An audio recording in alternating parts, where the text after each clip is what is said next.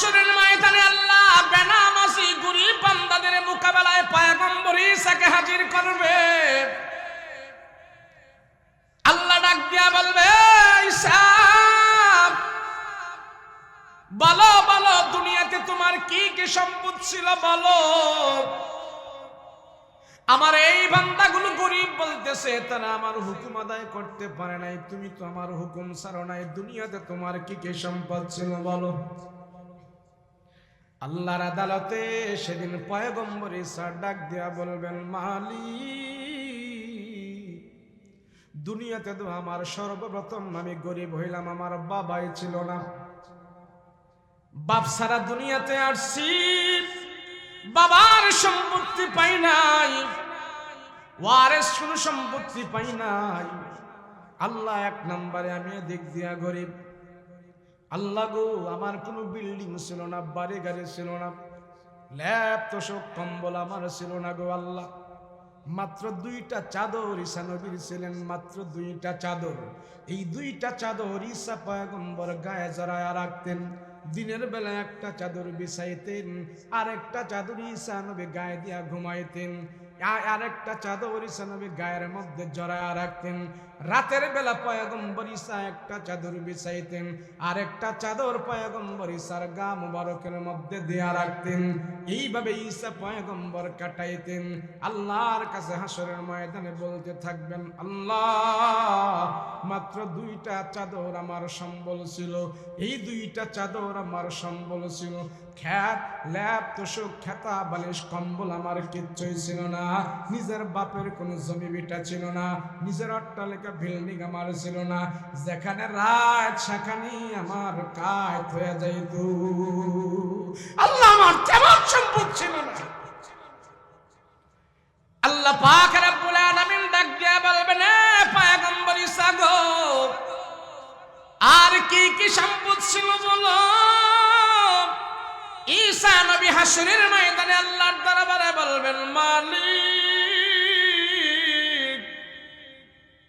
আমার আর তেমন কোনো সম্পদ ছিল না রে খোদা, পানি খাওয়ার জন্য একটা পেয়ালা ছিল, মাঝে মাঝে পেয়ালা দিয়ে আমি পানি খাইতাম। আমি একদিন রাস্তা দিয়ে হাঁটতেছি, হাঁটতে হাঁটতে যখন অনেক দূর গেলাম, আমি লক্ষ্য করি পুকুরের দিকে তাকায়া দেখলাম, ওই পুকুরের মধ্যে একটা লোক হাতে কৌশ করে করে পানি খায়। আমি দেখে দেখে সিদ্ধান্ত নিলাম, হায় রে, পুকুরের ভিতর থেকে যেই মানুষটা হাতে কৌশ করে করে পানি খায়, কত সুন্দর তার পানি খাওয়ার দৃশ্য। আল্লাহ গো, আমি সেই মানুষটার হাতে কৌশ করে করে পানি খাওয়াটা দেখা মনে মনে সিদ্ধান্ত নিলাম, আর কোনোদিন পেয়ালা দিয়া পানি খাবো না। আমার কাছে যে পেয়ালাটা ছিল, সেই পেয়ালাটা একটা গরিব মানুষকে আমি দান করে দিলাম। বাকি জনম আমি হাতের কৌশ করে করে পানি খায়া আমার জিন্দিগি আমি কাটাই দিয়েছি। আল্লাহ, আমি আর একটু সামনে গেলাম, সামনে যাই আমি দেখি একটা লোক গাছের নিচে হাতের বালিশ বানাই এভাবে ঘুমাইতেছি। আমি দেখে দেখে সিদ্ধান্ত নিলাম, হায় রে, হাতের বালিশ বানায় তো ঘুমানো যায়, লোকটা কত সুন্দর করে গাছ তোলার নিচে হাতের বালিশ বানায় ঘুমাইতেছে। আল্লাহ গো, আমি দেখে দেখে সিদ্ধান্ত নিয়েছি, ওই দিন থেকে আমি আর বালিশ দিয়া ঘুমাই নাই। আমার থলিয়ার ভিতরে ছোট্ট একটা বালিশ ছিল, মাঝে মাঝে আমার মাথার নিচে দিতাম। আমার থলের ভিতর থেকে বালিশটাকে আমি বের করে একটা অসুস্থ মানুষকে দান করে দিয়েছি।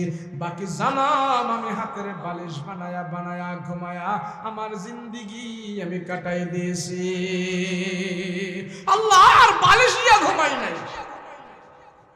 এবার সব বেনামাজি হাসরবাসীদেরকে ডাক দিয়া বলবে, বেনামাজিরা, গরিব বেনামাজিরা বলো, তোমরা গরিব বড় নাকি আমার ঈসা গরিব বড়?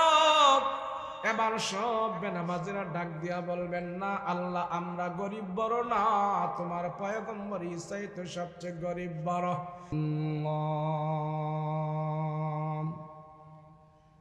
فَأُولَٰئِكَ يُبَدِّلُ اللَّهُ سَيِّئَاتِهِمْ حَسَنَاتٍ وكان الله غفورا رحيما.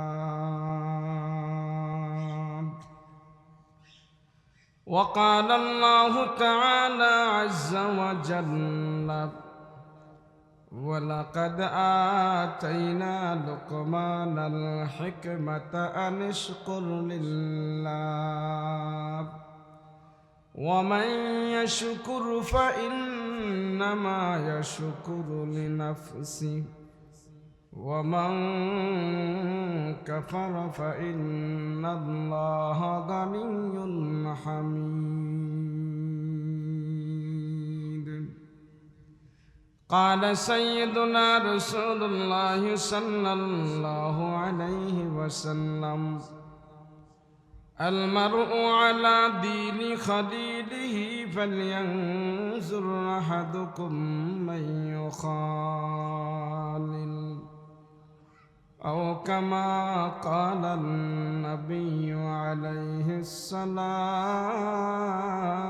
والسلام.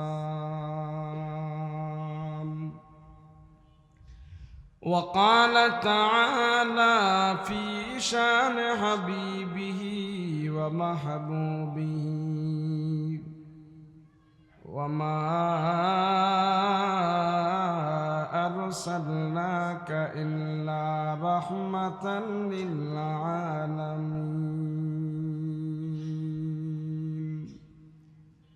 صلى الله على سيدنا ومولانا محمد وعلى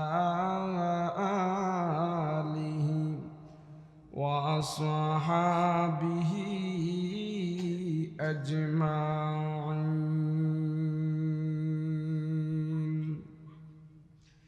رب اشرح لي صدري ويسر لي أمري واحلل عقدة من لساني يفقه قولي.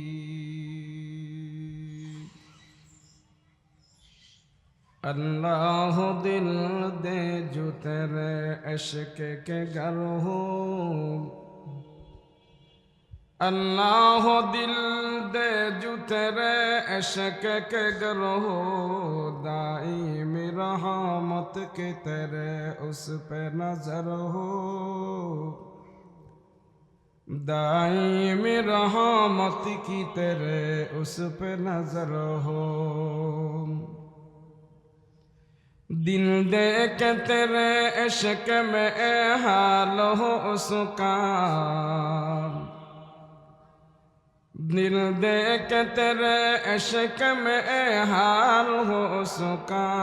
महशर का अगर शुरू हो तू बिना खबर हो, महशर का अगर शुरू हो तो बिना खबर हो। मादर तू जहाँ गैर खुदा यार न दारे,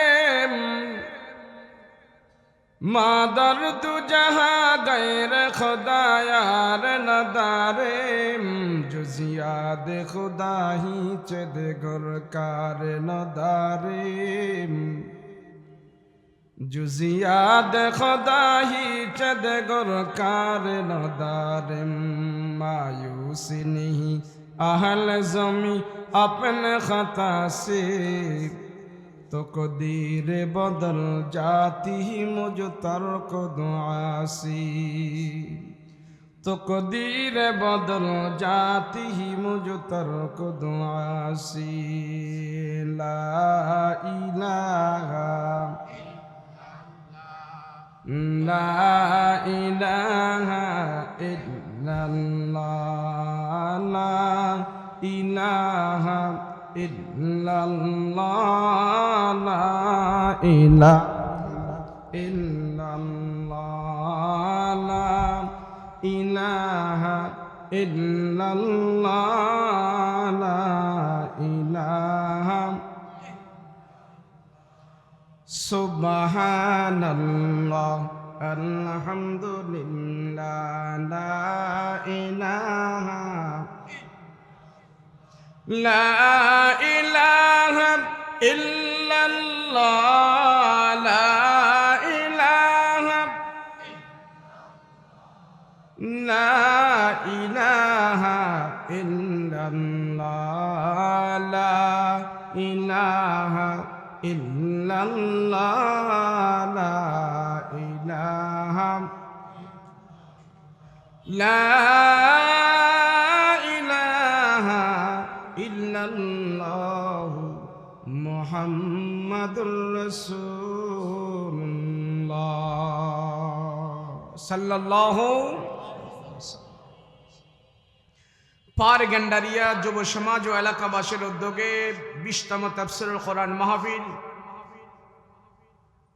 মহতি মাহফিলের সম্মানিত শ্রদ্ধাভাজন সভাপতি মুআজ্জাজ মুকাররম উলামায়ে কেরাম, তুলাবায়ে ইলজাম, সম্মুখ পানে উপবিষ্ট দিনদার মুত্তাকি পরহেজগার ভাইয়েরা, পর্দার অন্তরালে অবস্থানরত আমার শ্রদ্ধেয় মা বোনেরা, আল্লাহ পাকের দরবারে কালেমাত শুকর আদায় করছি। সকলে বলি আলহামদুলিল্লাহ। আল্লাহ আমাদেরকে দয়া করে, মায়া করে, আপন করে, রহমতি বরকতি নজর দি কোরআন ও হাদিসের আলোচনা শুনবো এবং বলবো। সেই সুবাদে আল্লাহ সুবহানাহু ওয়া তাআলা আমাদের 10 মায়ের 10 সন্তানকে এখানে একত্র করেছেন। এই একত্র হওয়াটা যেন মালিকের দরবারে কবুল হয়। সকলে বলুন আল্লাহুম্মা আমিন। আল্লাহ যারে ভালোবাসে, পছন্দ করে, মহব্বত করে, যার উপরে আল্লাহ পাকের রহমতের দৃষ্টি বারবার পড়ে, তারই দি আল্লাহ পাক এই জমিনে আল্লাহর কাজগুলো আদায় করে। যারে আল্লাহ ভালোবাসে, পছন্দ করে, মহব্বত করে, জাহান্নাম থেকে নাম কেটে জান্নাতের মালিক বানাতে চায়, জান্নাতের মেহমান বানাতে চায়, ওই সমস্ত পছন্দের বান্দাগুলোকে আল্লাহ পাক নেক কাজের মধ্যে শামিল করে রাখিস। আমি আপনি এখন এই ওয়াজ মাহফিলে আসতে বসলে, আসা এবং বসা এবং যতটুকুন সময় আমরা এখানে ব্যয় করছি, প্রত্যেকেই আমরা নেক কাজের মধ্যে শামিল হয়ে গিয়েছি। কোনো না কোনো ক্রমে আল্লাহ পাক আমাকে আপনাকে ভালোবাসছেন। আওয়াজ হয় কে? আওয়াজ হয় কে? কি আওয়াজ হইতেছে?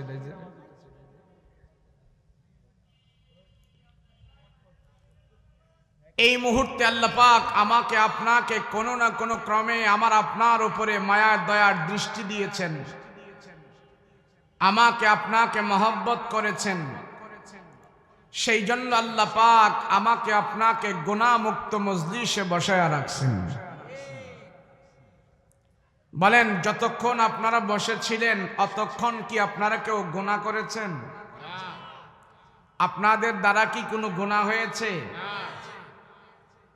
আরো 1 ঘন্টা বসে থাকলেও কি এখানে কোনো গুনাহ হবে? বোঝা গেল যতটুকুন সময় আমরা এখানে ব্যয় করছি অতটুকুন সময় আমরা গুনাহমুক্ত সময় ব্যয় করছি। আমার আপনার 50, 60, 70 বছরের হায়াত থেকে আজকের এই মাহফিলের 2 ঘন্টা 3 ঘন্টা আল্লাহর দরবারে গুনাহমুক্ত হয়ে পৌঁছে যাবে। হাসরের ময়দানে আল্লাহ পাক জিজ্ঞেস করবেন, তোমার হায়াতের হিসাব দাও। আমি আল্লাহ তোমাকে 50, 60, 70 বছরের হায়াত দিয়েছিলাম, হিসাব দাও। একটি বান্দাও সেদিন আল্লাহর আদালতে হিসাব দিতে পারবে না। এটা এমন করে কি? এতক্ষণ তো সাউন্ড ছিল না, এটা সাউন্ডটা এই যে আওয়াজ হয়ে রয়েছে। হ্যাঁ,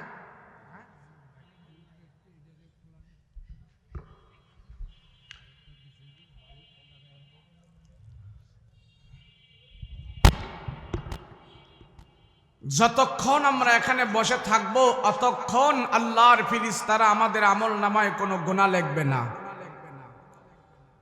আমরা এখানে আলোচনা করব আল্লাহ পাকের, আল্লাহর রাসূলের, আর আমাদের আলোচনা আল্লাহ পাক আকাশে করবেন ফেরেশতাদেরকে নিয়ে।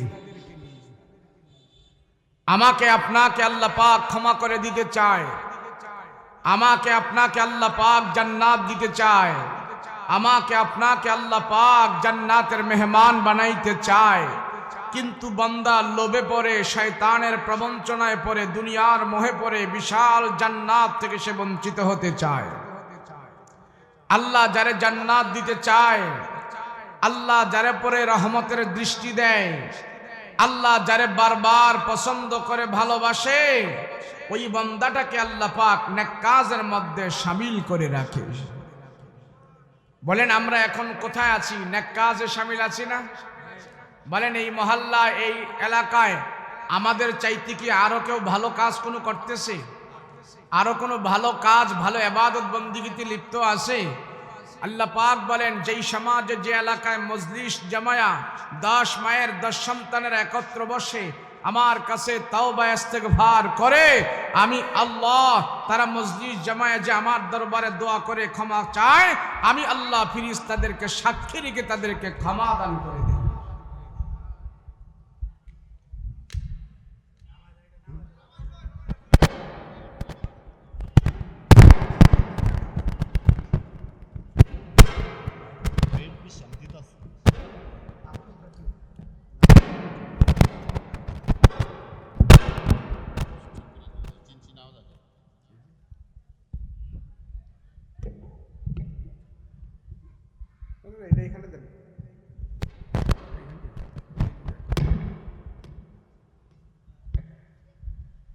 আওয়াজ তো এখানে না, এটা সমস্যা নাই।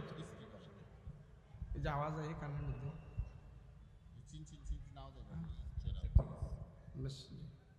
পয়রানি জায়গা আবার তাহলে ওটা সরাইছেন কে দিয়ে দেন? অহন চেহারা না দেখা যায়, কিরবে না, কথা তো কইতে হইব। থাক, আল্লাহ পাক আমাকে আপনাকে পছন্দ করে এখানে আনছে। বলেন মালিক যারে পছন্দ বেশি করে, যেই কর্মচারীকে মালিক বেশি ভালোবাসে, যেই কাজ করেনেওয়ালাকে মালিক বেশি ভালো জানে, মালিক বেশি ভালোবাসে, তার পুরস্কারটা কি মালিক দিতে কোনো গরিমসি করবে নাকি তাড়াতাড়ি দিয়ে দিবে? আমাকে আপনাকে আল্লাহ পাক সবচেয়ে বেশি ভালোবাসে, এই মুহূর্তে ভালোবাসছে।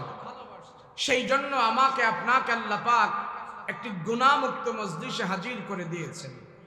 আমরা যদি আমাদের 24টা ঘন্টা গুনাহমুক্ত জীবন যাপন করতে পারি, আল্লাহর নাফরমানি মুক্ত জীবন যাপন করতে পারি, আমি আপনি যেই সমাজেই বসবাস করি না কেন, আমি আপনি যেই সমাজেই থাকি না কেন, আমি আপনি যেই কোয়ালিটির হই না কেন, আমি আপনি যেই প্রকারের মানুষ হই না কেন, আমি আপনি সমাজের নেহায়াত দুস্থ গরিব দিনমজুর শ্রমিক হই না কেন, কিন্তু যদি গুনাহমুক্ত জীবন যাপন করি, মালিকের সাথে যদি খারাপ আচরণ আমি না করি, আল্লাহর নাফরমানি করা ছাড়া যদি আমি জিন্দেগি যাপন করি, হালালের উপরে যদি আমি বেঁচে থাকি, তাহলে ধনী শিল্পপতির 500 বছর আগে আল্লাহ আমাকে আপনাকে জান্নাতের মেহমান বানিয়ে দিবেন।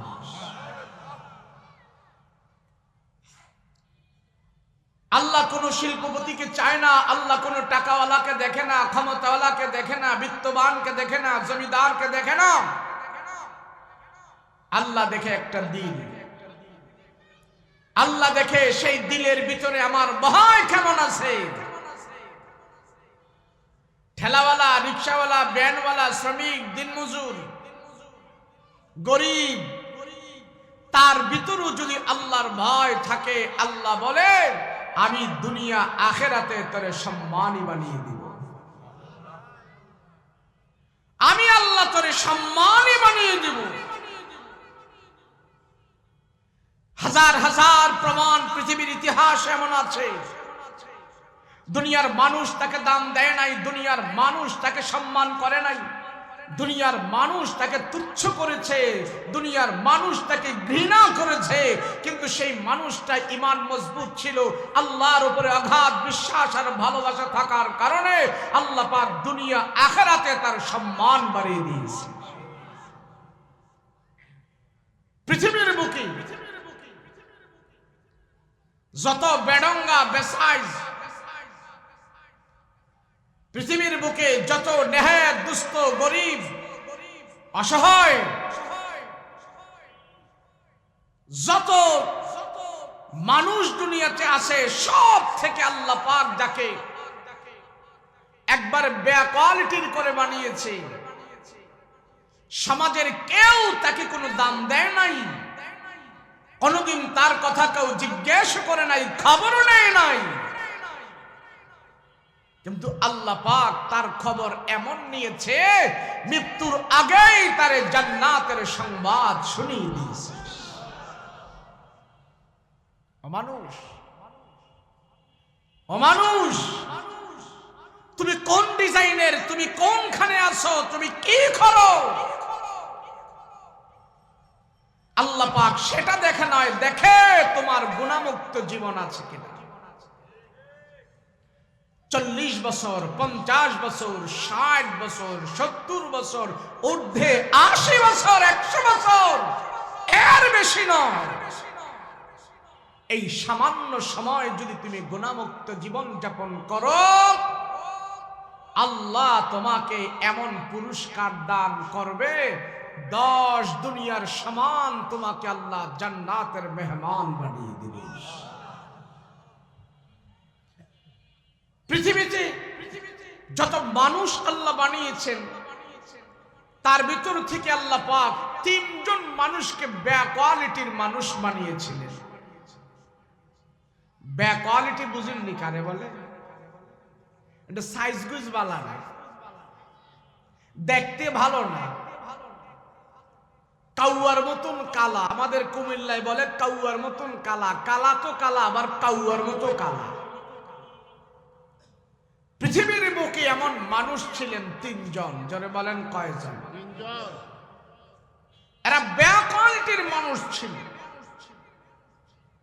তাদের কোনো কোয়ালিটি ছিল না, সমাজে তাদের কোনো দামই ছিল না।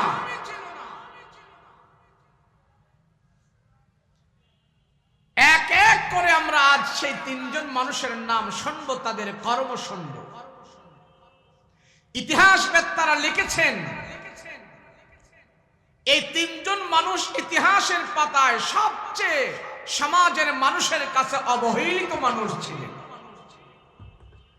1 নম্বর যিনি, তার নামে আমি আজকে কোরআনের থেকে আয়াত তেলাওয়াত করেছি,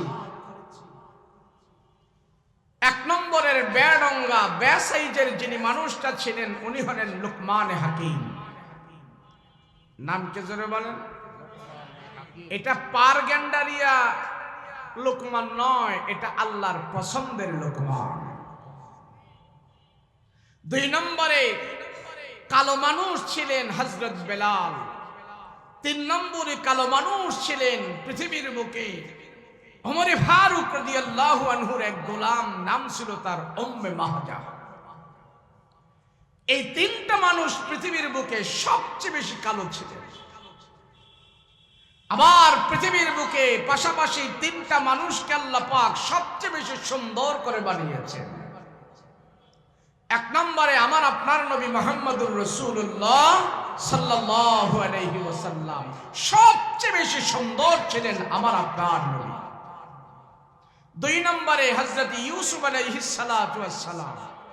3 নম্বরে নবীর আরেক সাহাবী দাহিয়াতুল কালব। এই 3টা মানুষ পৃথিবীর বুকে সবচেয়ে বেশি সুন্দর করে আল্লাহ বানিয়েছিলেন। কালো মানুষ কয়জন?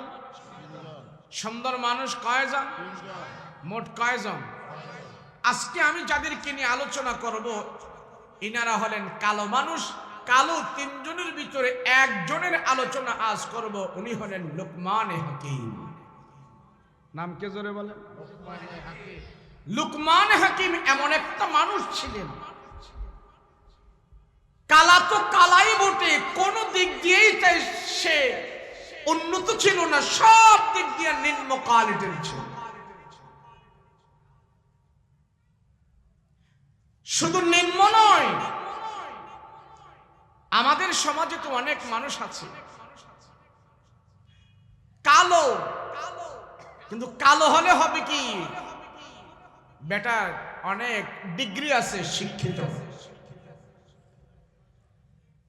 বলে শিক্ষাও নাই, দেখায় কালো, অসুবিধা নাই, তার বংশ অনেক ভালো।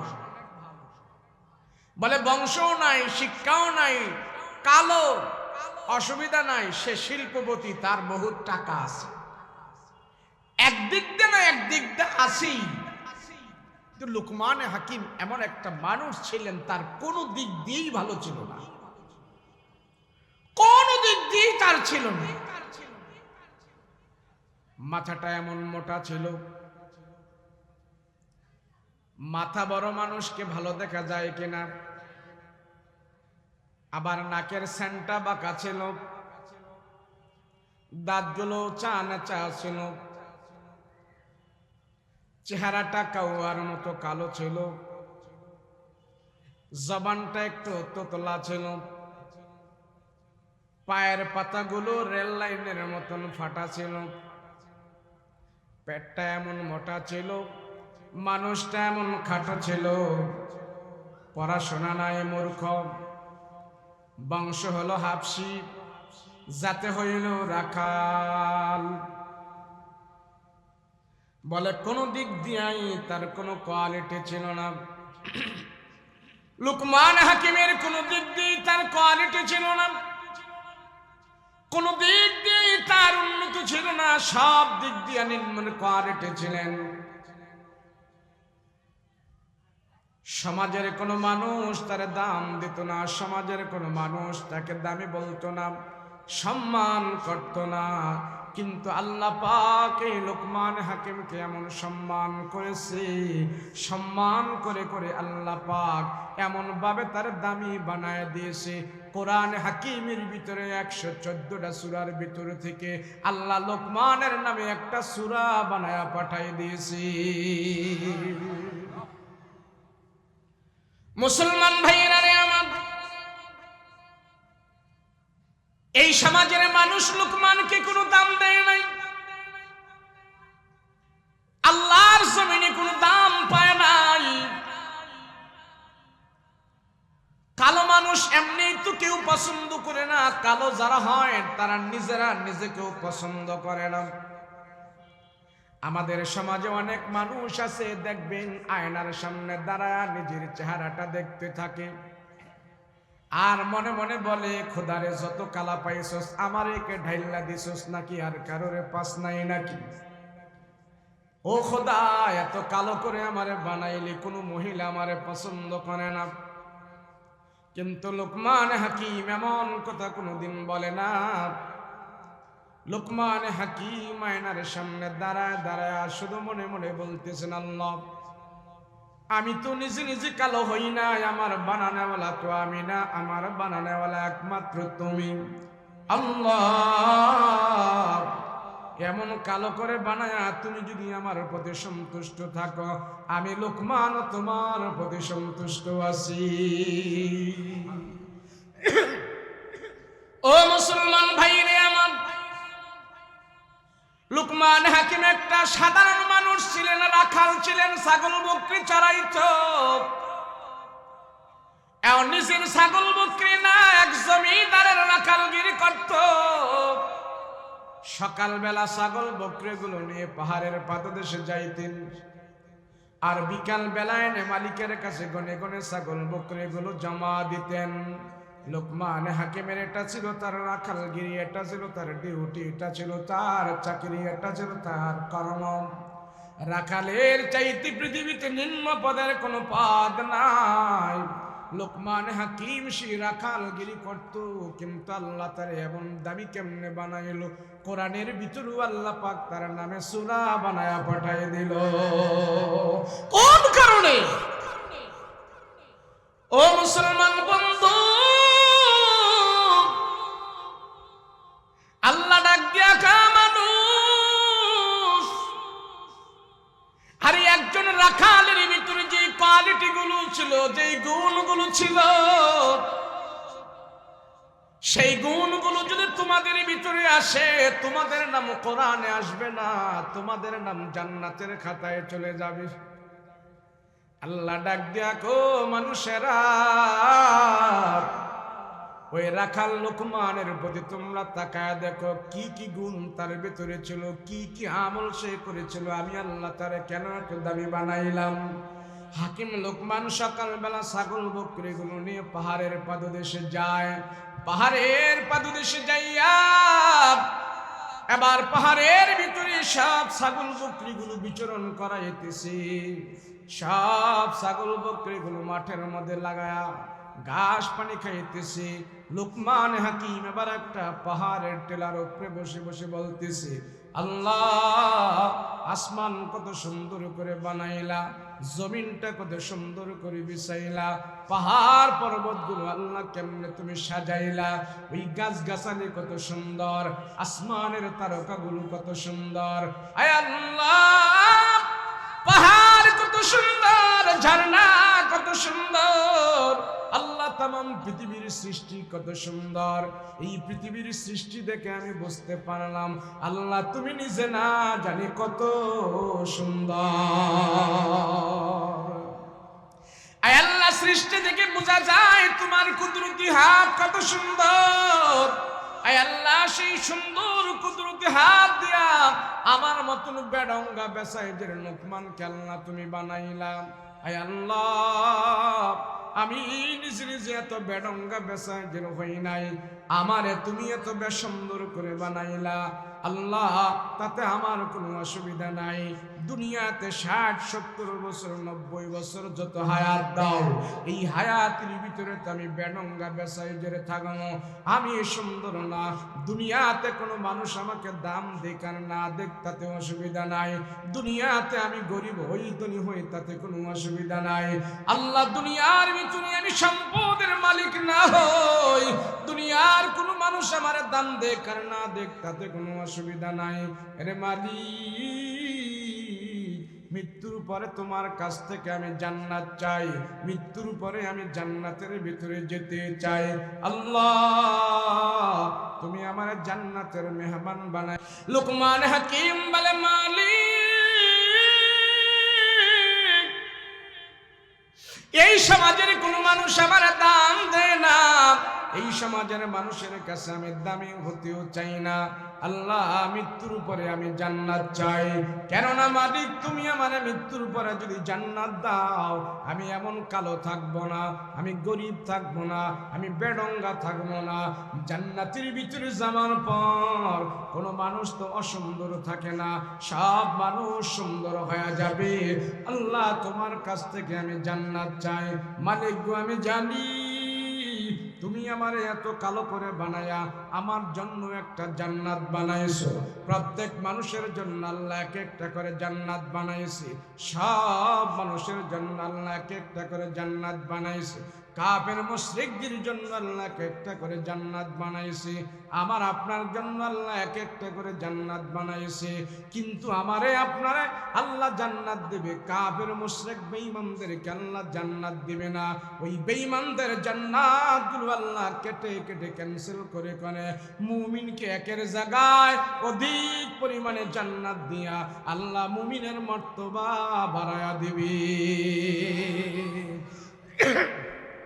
লোকমান হাকিম ডাক দিয়া কয়, মালিক, আমি একজন গরিব মানুষ, আমি একজন কালো মানুষ।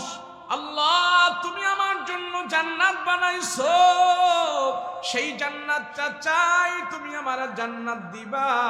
আল্লাহ, তোমার কাছে আমি জান্নাত চাই। এবার লোকমান হাকিম বসে বসে চিন্তা শুরু করলো, হায়রে, জান্নাতে যদি যেতে হয় তাহলে জান্নাতের মালিকের অনুমতি লাগবে।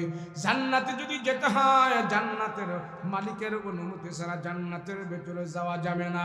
কেননা আমার ঘরে যদি আপনি যেতে চান আমার অনুমতি ছাড়া যাওয়া যাবে না, আপনার ঘরে যদি আমি ঢুকতে চাই আমার অনুমতি ছাড়া আপনার ঘরে যাওয়া যাবে না।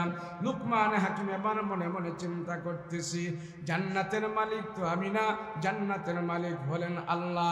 ওই আল্লাহর সন্তুষ্ট করে তো জান্নাতের ভিতরে যেতে হবে।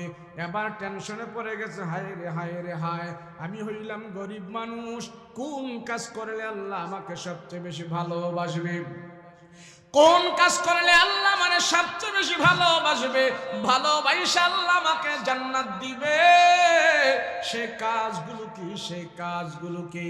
আরে আল্লাহরে কোন কাজ করলে খুশি করা যায়, আল্লাহ কোন কাজ করলে সবচেয়ে বেশি খুশি হয়? ছাগল বকরিগুলো চড়াইয়া উঁচা একটা টিলার উপরে বসে আছেন লুকমান, মনে মনে ভাবতেছেন, হায় রে কোন কাজ করলে আল্লাহ সবচেয়ে বেশি খুশি হয়? লুকমান হাকিম জান্নাতে যাওয়ার জন্য গবেষণা করে 3টা কাজ বের করেছি, 3টা আমল বের করেছি। এবার বসে বসে চিন্তা করতেছে, দুনিয়ার সব মানুষ সর্বপ্রথম যে জিনিস দ্বারা নাফরমানি করে, মানুষ আল্লাহর জালিম হয় যেই জিনিসগুলোর দ্বারা, 1 নম্বরে মানুষ চোখে যখন নাকি আল্লাহর নাফরমানি করে, আল্লাহর নাফরমানির দিকে তাকায়, চোখ দিয়া দেখার পর মানুষ সবচেয়ে বেশি আল্লাহর নাফরমানি করে চোখ দ্বারা, 2 নম্বরে নাফরমানি করে জবান দ্বারা, 3 নম্বরে নাফরমানি করে মানুষ লজ্জায় স্থান দ্বারা। আমরাও যদি একটু বিবেক করে দেখি, আমরা গুনাহ করি চোখের দ্বারা, তারপরে গুনাহ করি জবান দ্বারা, তারপরে গুনাহ করি লজ্জায় স্থান দ্বারা। লুকমান হাকিম গবেষণা করে করে বের করেছি, হায় রে দুনিয়ার মানুষেরা তো আল্লাহর নাফরমানি করে 3টা জিনিস দ্বারা, 3টা জিনিস যদি আমি আল্লাহর নাফরমানি থেকে মুক্ত রাখতে পারি, আর 3টা জিনিস আমি গরিব মানুষ আল্লাহর সাথে ওয়াদা যদি করি, এই 3টা জিনিস দ্বারা আমি নাফরমানি করব না, গুনাহ করব না। এবার আল্লাহর সাথে মুআমালা মুআশারাত শুরু করে দিয়েছে, ওরে মালিক তোমার সাথে ওয়াদা দিতেছি, আমি গরিব মানুষ, আমি এই 3টা জিনিস দ্বারা তোমার নাফরমানি করব না। আল্লাহ এখন থেকে আমি আমল করা শুরু করলাম, আমার চোখ দিয়া গুনাহ করব না, জবান দিয়া গুনাহ করব না, লজ্জায় স্থান দ্বারা গুনাহ করব না। আমি গরিব মানুষ, 3টা জিনিস দ্বারা গুনাহ করব না। হাকিম লুকমান একজন রাখাল ছিলেন, কয়টা জিনিস দ্বারা গুনাহ করবে না বলেন? সবাই জোরে বলেন কয়টা? লুকমান হাকিম কয়, মালিক আমি গরিব মানুষ, আমার এত টাকা নাই, আমার এত পয়সা নাই, আয় আল্লাহ আমি তোমার সাথে ওয়াদা দিতেছি, আমার শব্দ অনুযায়ী আমি আমল করব, আমি চোখ দ্বারা গুনাহ করব না, জবান দ্বারা গুনাহ করব না, লজ্জায় স্থান দ্বারা গুনাহ করব না। এবার লুকমান হাকিম নিজের নিজে নসিহত করা শুরু করলো, নিজের নিজে একবার ওয়াজ করা শুরু করলো, সামনে শ্রোতা নাই, মাইক নাই, কিচ্ছু নাই, নিজের নিজে এবার নসিহত করতেছি, নিজের নিজে ওয়াজ করতেছি, নিজের নিজে ওয়াজ করে নিজের নিজে নসিহত করে এবার আমল করা শুরু করে দিয়েছে। চোখ দা গুনাহ করে না, জবান দা গুনাহ করে না, লজ্জায় স্থান দ্বারা গুনাহ করে না। এই রাখালের 11টা সন্তান ছিল, জোরে বলেন কয়টা? হাকিম লুকমানের 11টা সন্তানকে বাড়ির মধ্যে বসায়া এবার বাবা রাখাল ডাক দিয়া, কো সন্তানেরা শোনো, আমি বাবা যদিও রাখাল কিন্তু তোমাদের আমার সন্তান, আমি তোমাদের পিতা, আমার পক্ষ থেকে তোমাদের উপরে 3টা নসিহত। 1 নম্বরে তোমরা নামাজ ছাড়বা না, 2 নম্বরে তোমরা আল্লাহর সাথে শিরিক করবা না, 3 নম্বরে পিতা মাতার সাথে কোনোদিন বেয়াদবি করবা না। সন্তানদেরকে আমল করাইলো 3টা, নিজে আমল করলো 3টা, 6টা আমলের উপরে যখন ফ্যামিলিটা চলতে শুরু করেছে, আল্লাহর পক্ষ থেকে ঘোষণা আসছে, হে লুকমান তুমি এবং তোমার সন্তানেরা, তুমি এবং তোমার ঘরের সদস্যরা যে আমল করতেছো, একজন গরিব মানুষ হয়ে তোমার আমলগুলো আমি আল্লাহ দেখে এত খুশি হয়ে গেছি, আমি আল্লাহ তোরে আর রাখাল রাখতে চাই না, আমি আল্লাহ তোরে আর নিম্ন পদে রাখতে চাই না। হে লোকমান, তুমি গরিব মানুষ হওয়ার পর, তোমার দিলের ভিতরে আমার আল্লাহর ভয় ঢুকানোর পর, আমি আল্লাহ তোরে আর গরিব রাখতে চাই না, আমি আল্লাহ তোরে দামি বানাইতে চাই। জানো জানো কেমন দামি বানাইতে চাই রে লোকমান? জানো, এই পৃথিবীর বুকে আমি কোনো কালো মানুষের নবী বানাই নাই, আমি বেডঙ্গা বেসাইজের কোনো মানুষকে আমি নবী বানাই নাই, আমি বেয়া কোয়ালিটির কোনো মানুষকে আমি আল্লাহ নবী বানাই নাই।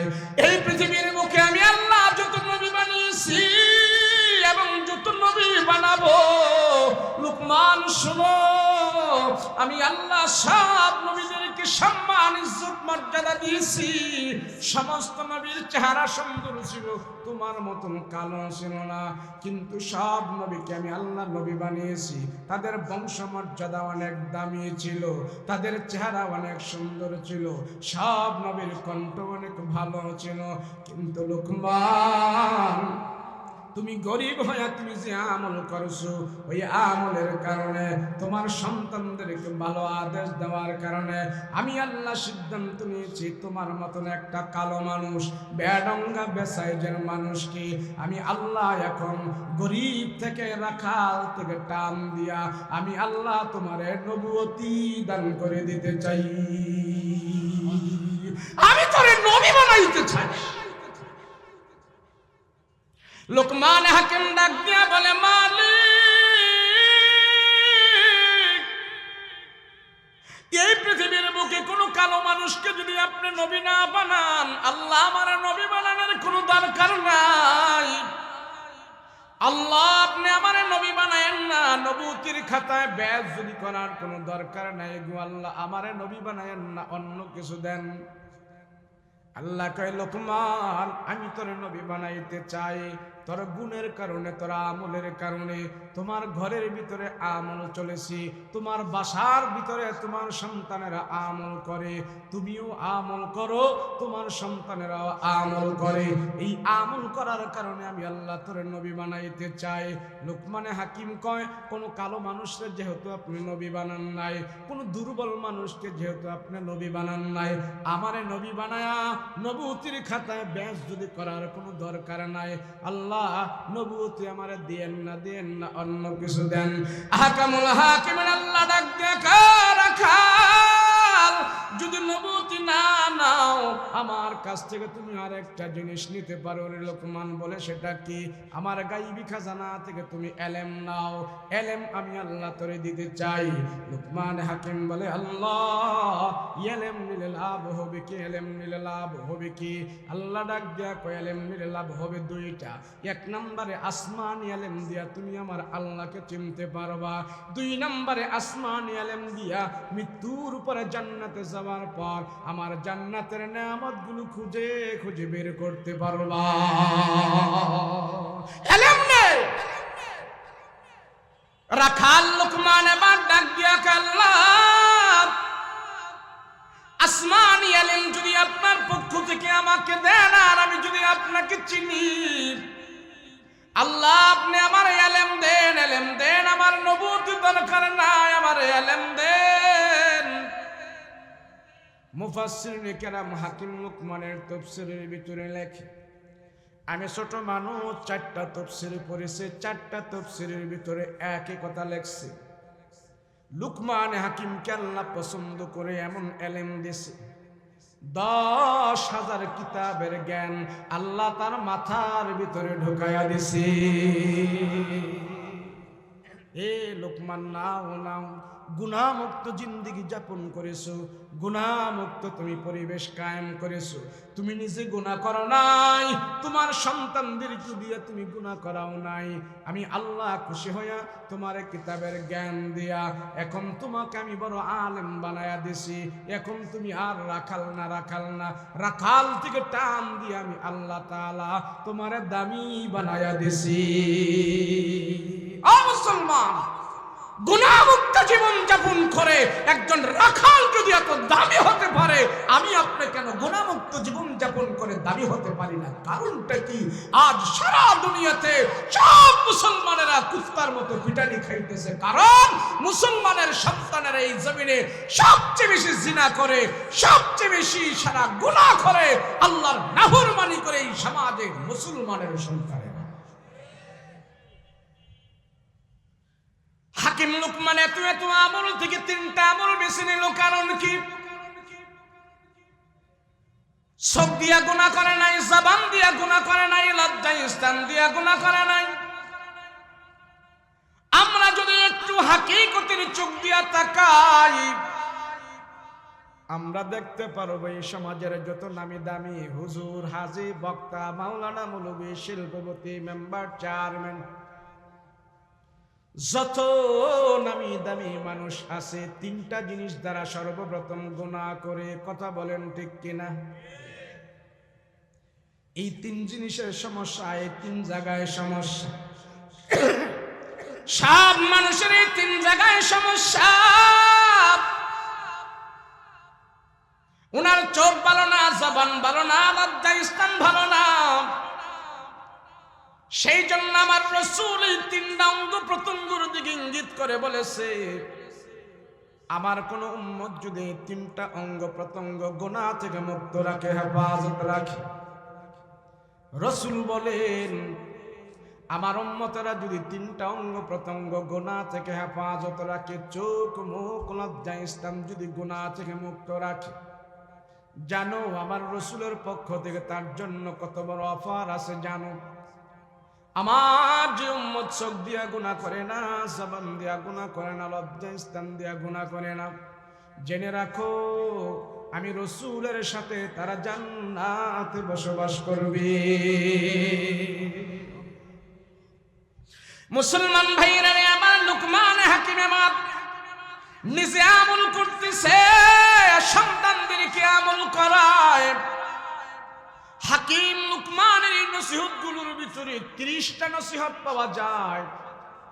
সন্তানদেরকে 30টার উপরে নসিহত করেছে। তার ভিতরে মূলত 3টা নসিহত ছিল। সন্তানদেরকে বলেছেন, ইয়া বুনাইয়া আকিমিস সালাত, সন্তানেরা জীবনে কোনোদিন নামাজ ছাড়বা না। ও সন্তানেরা জীবনে কোনোদিন তোমরা নামাজ ছাড়বা না।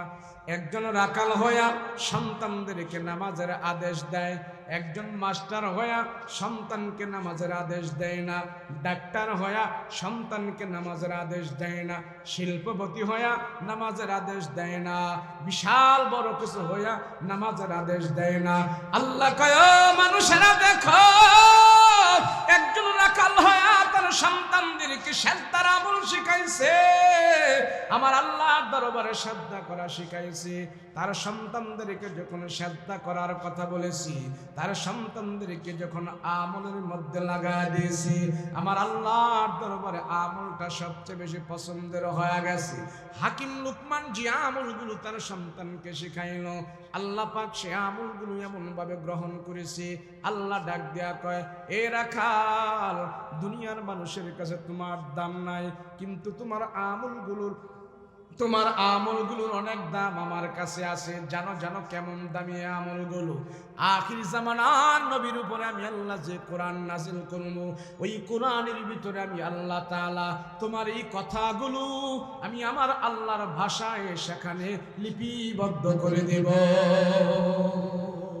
এত দামি আমল আল্লাহ পাক রব্বুল আলামিন ডাক দেখা রাখাল, তোমার সন্তানদেরকে তুমি 1 নম্বরের আদেশ দিয়েছো, এই সম্মানিত কপাল লাগায় আমার কুদরতি কদমে সেজদা দেওয়ার জন্য। আমি আল্লাহ মানুষের সেজদাটা সবচেয়ে বেশি ভালোবাসি, সবচেয়ে বেশি পছন্দ করি।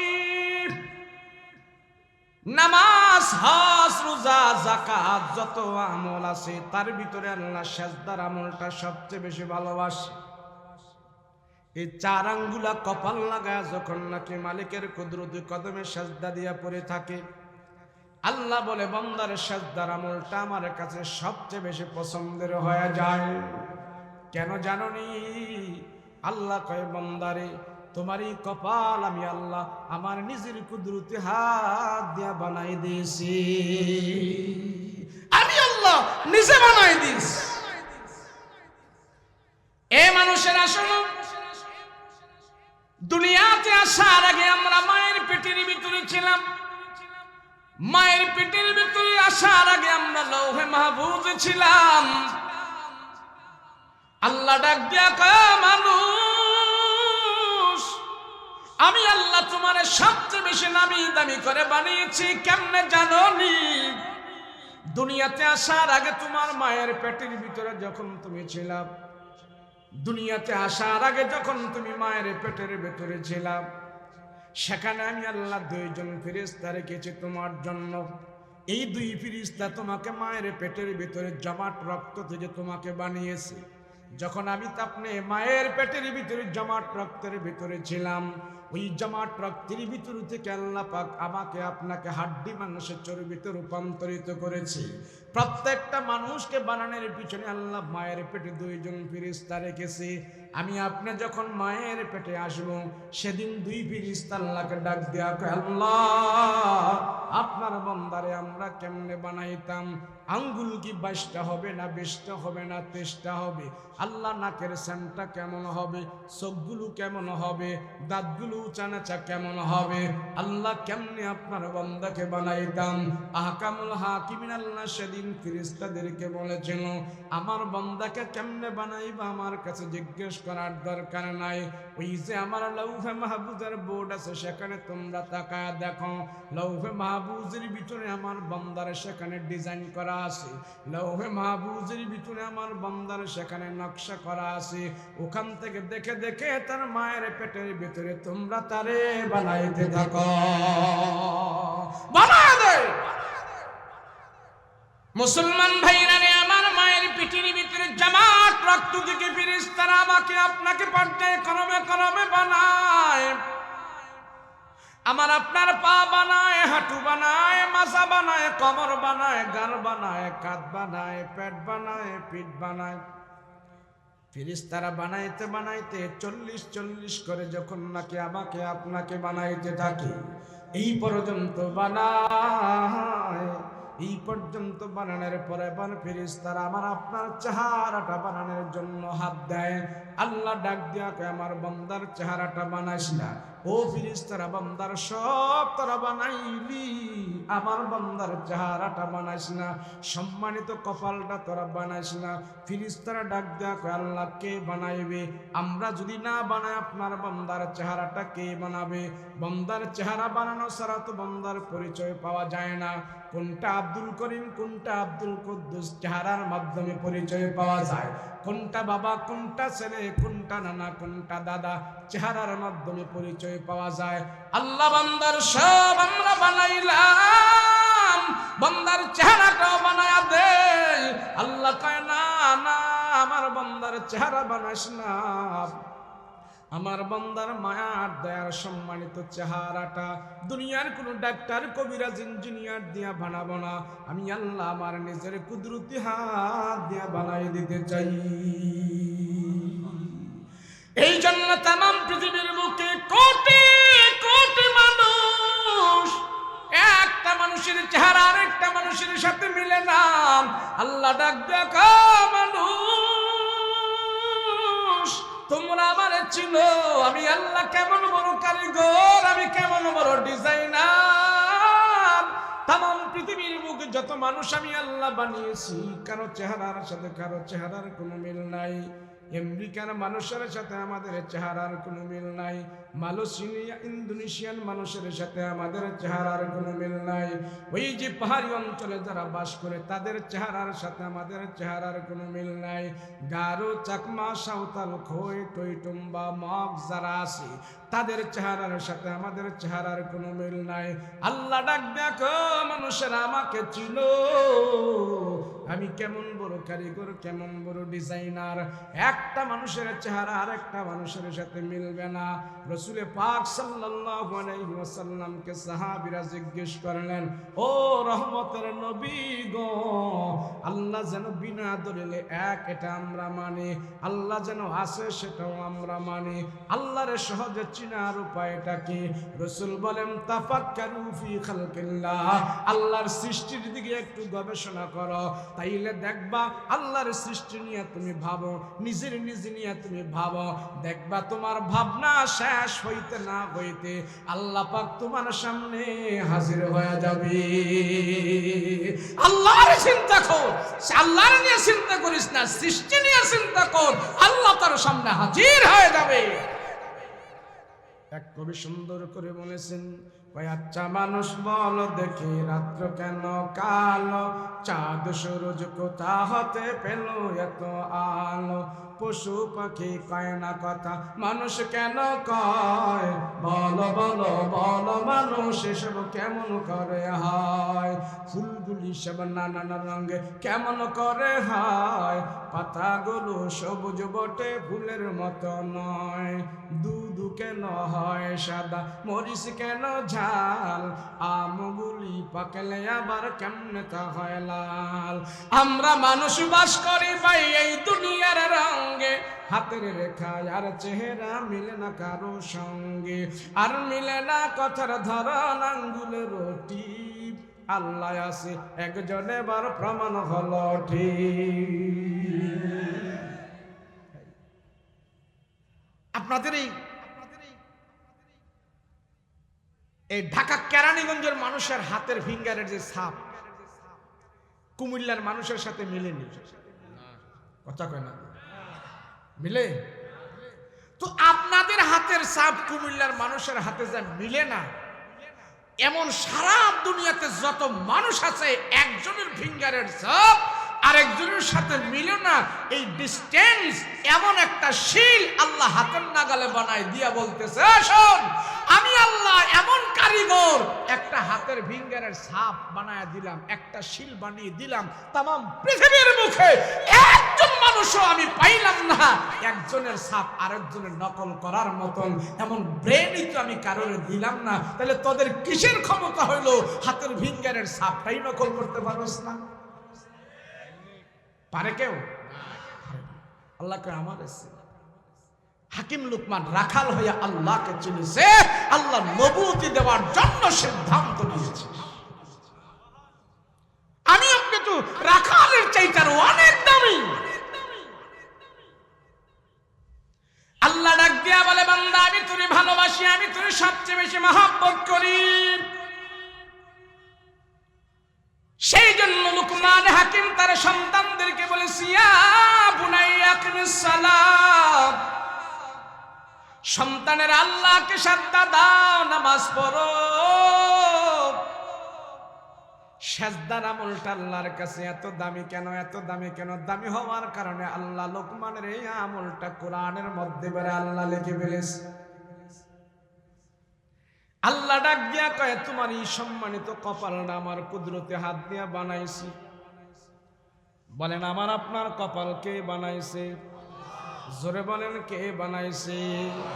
আল্লাহ কয়, বন্ধুরা ও আমার বান্দারা শোনো, আমার সম্মানিত হাতের কপাল লাগায়া যখন আমার কুদরতি কদমে তোমরা সাজদা দিয়া পড়ে থাকো, আমি আল্লাহ আসমানে ফেরেশতাদেরকে ডেকে বলে, ও ফেরেশতারা দেখ, আমার বান্দাকে বানাইতে তোরা নিষেধ করেছিলে, আমার বান্দা দুনিয়ার জমিনে যাওয়ার পর সাজদা দিয়ে আমার কুদরতি কদমে পড়ে আছে।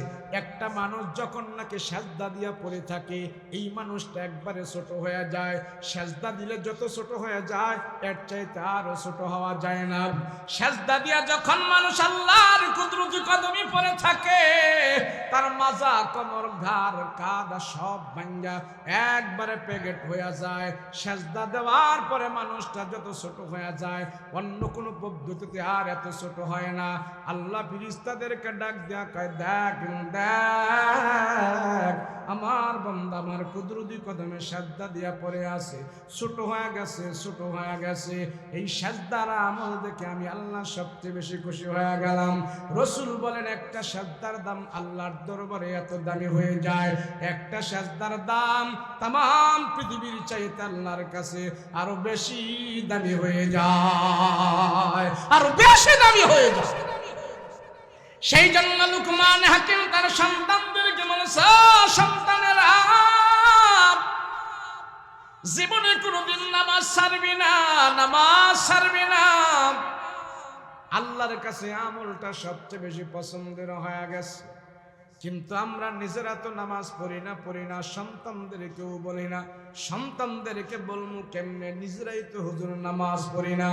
আমরা হুজুররা যখন বলে ভাই মসজিদে আসেন, আল্লাহকে ভয় করেন, 5 ওয়াক্ত নামাজ পড়েন, 5টা ফরজ আপনার উপরে, আপনি 5টা ফরজ আদায় করেন, মসজিদে এসে জামাতের সাথে নামাজ আদায় করেন। কিছু কিছু লোক আছে, হুজুর যান আপনারাই যান, আপনারা পরের বাড়ি খান, মসজিদে যে আপনারাই পড়ে থাকেন। আমরা গরিব মানুষ, হাতে হ্যান্ডল, পায়ে পেট্রোল, গায়ে আমাদের ঘাম, আমরাও যদি যাই মসজিদের মধ্যে পড়ে থাকি, বৌজি বলা খাইবড়া কি, এই কথা বলে বলে আমাদেরকে বিদায় করে দেয়। হুজুর আমরা গরিব মানুষ, এত নামাজ পড়ার আমাদের সময় নাই, বলে কি বলে না? হাসরের ময়দানে আল্লাহ পাক সর্বপ্রথম নামাজের আমলের হিসাব নিবে। আল্লাহ ডাক দিয়া বলবে, বান্দারা নামাজ তোমরা কেমন ভাবে আদায় করেছো, যথাযথভাবে আদায় করেছো কিনা হিসাব দাও। এবার যারা বলতো হুজুর আমরা গরিব হওয়ার কারণে আল্লাহর সাজদা দিতে পারি না, সময় নাই, রাসূল বলেছেন হাসরের ময়দানে এই কথাগুলো আল্লাহর আদালতে এই গরিব মানুষগুলো বলবে, আল্লাহ আমরা গরিব ছিলাম, আমরা নামাজ পড়তে পারি নাই, তোমার সাজদা দেওয়ার আমরা সময় পাই নাই। আল্লাহ আমরা গরিব মানুষ, নুন আনতে পান্তা পুরাইতো, আমরা কাজ কাম করেছি, দিন মজুর ছিলাম, এত নামাজ পড়ার আমরা টাইম পাই নাই, গরিব মানুষ। আল্লাহ ডাক দিয়া বলবে, এমন গরিব কারা কারা ছিলি তোরা এক সাইড হ, সব বেনামাজি গরিবদেরকে আল্লাহ এক কাতারে শামিল করায়া এক সাইডে নিয়া সব গরিব বেনামাজিদেরকে বলবে, তোমরা গরিব ছিল, বলে হা, গরিব হওয়ার কারণে নামাজ পড়তে পারো না, বলে হা।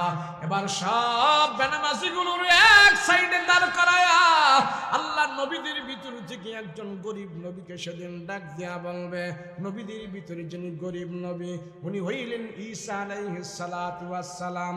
ঈসা নবীকে আল্লাহ পাক ডাক দিয়া বলবে, তাল হেনা আইনা ঈসা, ও পয়গম্বর ঈসা আসো। আমার এই বান্দাগুলো বলতেছে তারা নাকি গরিব হবার কারণে আমার আল্লাহকে তারা সাজদা দিতে পারে নাই, গরিব হবার কারণে তারা আযান শুনেও মসজিদে যায় নাই, গরিব হবার কারণে তারা মসজিদে যায় জুমার নামাজও আদায় করে নাই। এরকম গরিব বান্দাগুলোর আমি এক সাইড করিয়েছি। মুসা তুমি আসো, দুনিয়াতে তোমার কি সম্পদ ছিল, আমার এই গরিব বান্দাগুলার কাছে তোমার সম্পদের বর্ণনা দাও, বর্ণনা দাও। মুসলমান ভাইরা আমার, হাসরের ময়দানে আল্লাহ বেনামাজি গরিব বান্দাদের মোকাবেলায় পয়গম্বর ঈসাকে হাজির করবে।